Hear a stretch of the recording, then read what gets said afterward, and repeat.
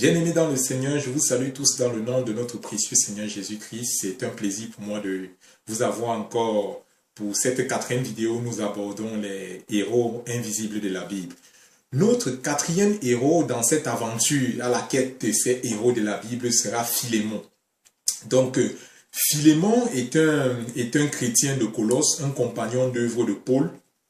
Et pour en savoir plus sur Philémon, j'ai lu l'épître qui lui est consacrée, la lettre que Paul lui adresse. Cette lettre, justement, qui est une intercession auprès de Philémon pour recevoir de nouveau son esclave Onésime, parce que Onésime était un esclave de Philémon qui a causé du tort à son maître Philémon et qui s'est enfui auprès de Paul.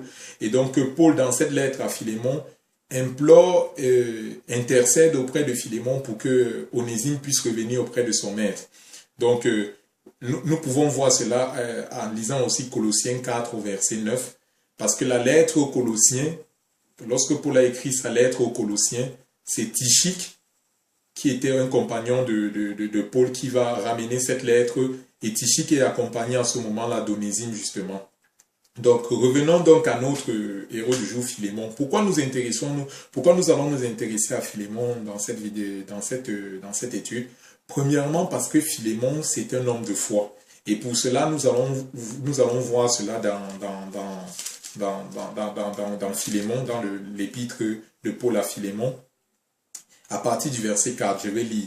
« Je rends continuellement grâce à mon Dieu, faisant mention de toi dans mes prières, parce que je suis informé de la foi que tu as au Seigneur Jésus et de ta charité pour tous les saints. » Donc, la première raison pour laquelle nous nous intéressons à Philémon aujourd'hui, c'est parce que Philémon est un homme de foi.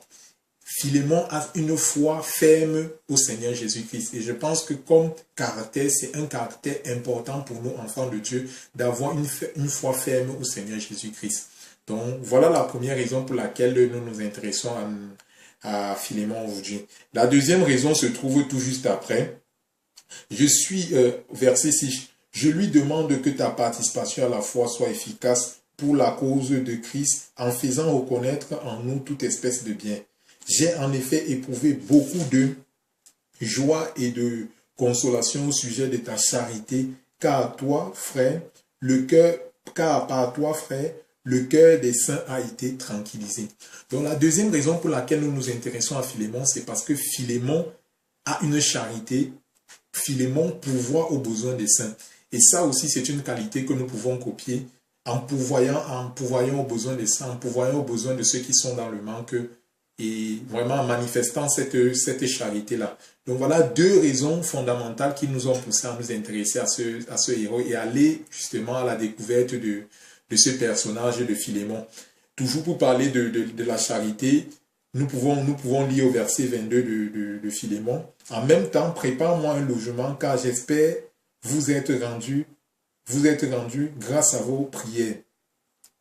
Donc nous voyons déjà comment Paul se dit qu'il va sortir bientôt de prison. Et donc il demande à Philémon de lui préparer déjà une place et un logement. Donc cela fait toujours partie de cette œuvre de charité que Philémon manifestait. Donc voilà pour ce que nous pouvons dire très brièvement sur cet héros du jour. J'aimerais rappeler que beaucoup de personnes m'ont fait des retours sur les vidéos me disant que les vidéos sont assez courtes et brèves.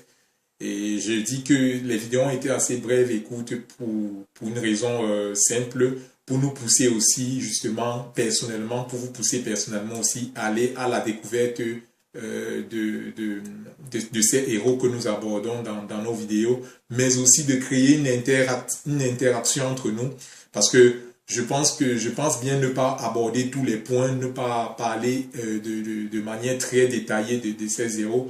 Et donc, c'est l'occasion pour moi aussi de pouvoir échanger avec vous et de pouvoir aussi tirer de vos connaissances et de vos expériences sur ces héros dont on aborde tout au fil des vidéos.